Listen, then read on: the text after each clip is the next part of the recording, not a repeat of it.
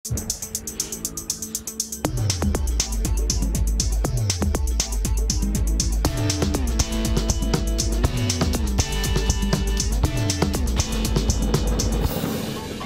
fait, de fait, l'ensemble des marques est effectivement sur Twitter. Elle y est soit volontairement, soit parce que les gens parlent d'elle, quoi qu'il en soit. Donc après, les marques sont dans une démarche soit effectivement d'organiser les conversations qui les concernent, de les exploiter, de trouver également des opportunités créatives autour de ces conversations, soit elles peuvent ne pas être présentes, et alors là, une fois de plus, c'est les tweetos qui vont se charger de parler d'elles, en bien ou en mal.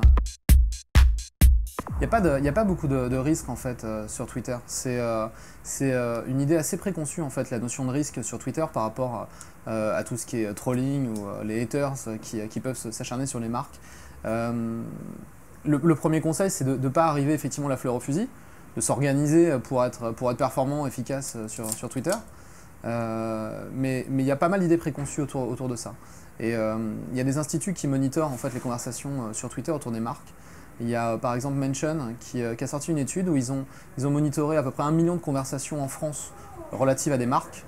Et ils se sont rendus compte qu'il y avait entre 3 à 7% maximum de conversations qui étaient avec des tonalités négatives. Donc c'est vrai que quand il y a des tweets qui peuvent être négatifs, c'est souvent ceux qu'on retient, mais finalement en fait c'est un épiphénomène. Généralement les gens sont plutôt neutres par rapport aux marques ou parfois très favorables. Et en fait c'est tout l'enjeu sur Twitter. C'est d'utiliser Twitter comme une caisse de résonance, c'est un vrai bassin d'audience et d'influence.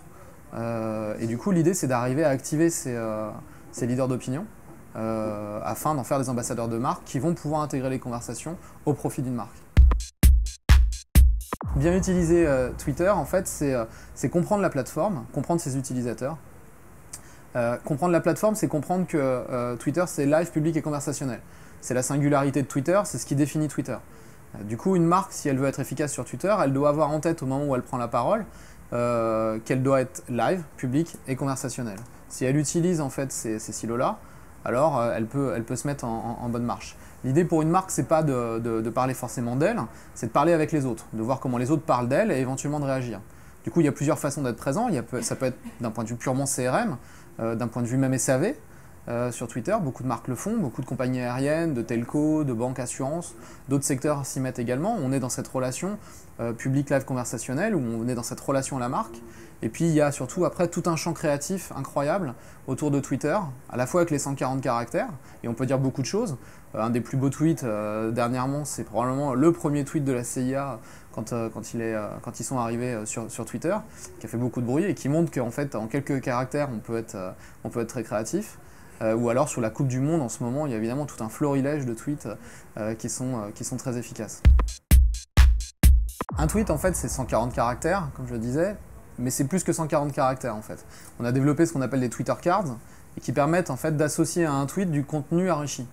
Donc ça peut être aussi bien un résumé d'article qu'une photo, une vidéo, du Vine, notre service vidéo en 6 secondes. Ça peut être tout un tas de choses. Ça peut être de la Lead Generation Card qui permet de collecter des datas. Il y a tout un champ créatif possible aussi là-dessus qui vient s'accoler au tweet en fait. En fait, on a pour habitude de dire qu'il faut penser à Twitter non pas comme une île, mais comme un pont. Et ça, c'est vraiment l'essentiel, c'est ce qu'il faut retenir aussi. C'est que Twitter, c'est pas une fin en soi. C'est-à-dire qu'on peut mener des campagnes qui sont très Twitter-centriques et qui sont très très bien et fabuleuses, il n'y a pas de souci. Mais néanmoins, Twitter prend toute sa valeur pour une marque quand elle est envisagée justement de façon beaucoup plus générale et globale. C'est-à-dire qu'on va utiliser en fait Twitter comme un outil qui va s'inscrire en fait sur toutes les prises de parole d'une marque. Que ce soit via ses médias traditionnels, la télévision évidemment, on connaît les synergies qu'il y a entre Twitter et la télévision, mais également d'autres prises de parole. Ça peut être également des events dans la vraie vie, ça peut être un peu partout. Toutes les prises de parole d'une marque, à un moment, les conversations liées à ces prises de parole vont avoir lieu sur Twitter. Et du coup, c'est comme ça qu'il faut envisager Twitter en fait. Il faut l'envisager comme un accélérateur d'engagement autour des prises de parole d'une marque, où qu'elle soit. Les premiers partenaires, clairement, des marques et des annonceurs, c'est clair, il faut le rappeler si nécessaire, c'est évidemment tout son écosystème agence. D'accord? Donc après, quel qu'il soit, et on voit que ça bouge beaucoup bien sûr, mais l'agence créa, l'agence média, pure player et veux-tu en voilà, peu importe. Évidemment, l'idée c'est pour nous d'accompagner tout cet écosystème. Donc évidemment, on peut notamment intervenir dans la partie éducation, évangélisation auprès des annonceurs, mais l'idée c'est vraiment de travailler main dans la main, plus avec ces agences, de sorte qu'elles puissent intégrer Twitter dans leur stratégie de communication et dans le déploiement de mécaniques créatives. Et c'est là où notre rôle est important et où on intervient. Il faut plus nous envisager comme des sparring partners. On est là pour accompagner, pour pouvoir du coup, voilà, par un jeu de rebond ou autre, arriver à déployer des stratégies de marque sur Twitter.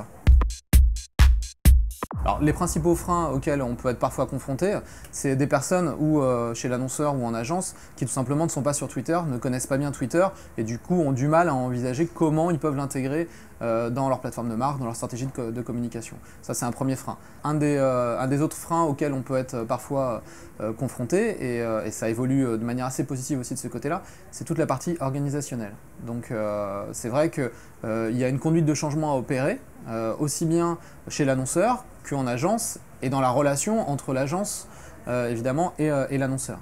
On est vraiment, nous, la plateforme du real-time marketing, et qui dit real-time marketing dit voilà, nécessité d'être agile, d'être flexible, de pouvoir opérer rapidement, de pouvoir pondre de la créa en temps réel et prendre des décisions rapidement d'un point de vue juridique. Voilà.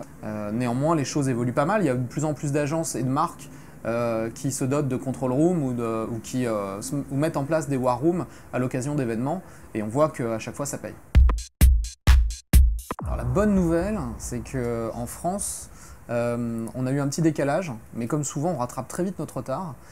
Et pour le coup, c'est vrai que même si des marques comme, mettons, Starbucks, Oreo, Ford aux États-Unis sont vraiment très matures sur Twitter et arrivent complètement à intégrer toutes les possibilités de la plateforme, depuis quelques mois, voire depuis un an maintenant, les marques françaises également font très très fort. Et les marques d'ailleurs dans leur ensemble, et quel que soit leur niveau, leur taille, c'est-à-dire qu'il peut y avoir des petites marques comme des plus grandes, qui vraiment arrivent à tirer leur épingle du jeu sur Twitter en France, au point d'ailleurs qu'on a des cas, nous, qui voyagent et qui sont montrés en exemple à l'étranger, qui font parfois figure voilà, de première fois sur Twitter et qui du coup inspirent d'autres marques à l'étranger.